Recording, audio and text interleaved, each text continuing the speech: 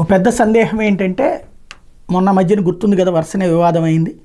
భారతదేశంలోకి వచ్చిన కొంతమంది రష్యా బ్రోకర్లు ఇక్కడ ఉన్నటువంటి మన బ్రోకర్లను పట్టుకుని రష్యాలో ఉద్యోగాలు ఉన్నాయి, $1,000 $3,000 $4,000 జీతం వస్తుందని చెప్పి అక్కడ ఉద్యోగాల ఆఫర్ అని చెప్పారు. 10th క్లాస్ చాలు, 10th చదవకపోయినా పర్లేదు, 8th చదివినా పర్లేదు, సైన్యంలో సహాయకుల పోస్టు అంటే అక్కడ సైన్యానికి భోజనాలు అవి తీసుకెళ్ళి ఇవ్వడం, మంచినీళ్ళు అది ఇవ్వడం లాంటి పోస్టులు అని చెప్పేటప్పటికి మన వాళ్ళు చాలామంది వెళ్ళిపోయారు.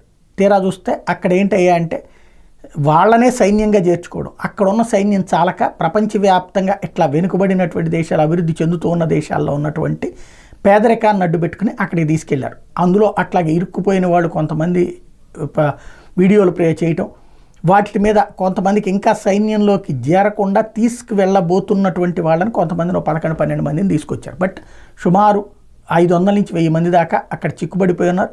వాళ్ళు అగ్రిమెంట్ మీద సంతకం చేశారు కాబట్టి వాళ్ళు సైన్యంలో పనిచేస్తున్నారు, కొంతమంది చచ్చిపోతున్నారు కూడా. నరేంద్ర మోడీ మొన్న అట్లాగే భారతదేశం నుండి అలాగ మోసపోయి తీసుకురాబడినటువంటి వాళ్ళని వెనక్కి పంపించాలి అని చెప్పి పుతిన్ని అడిగారు అన్నటువంటి మాట విదేశాంగ శాఖ అనఫీషియల్గా చెప్తోంది.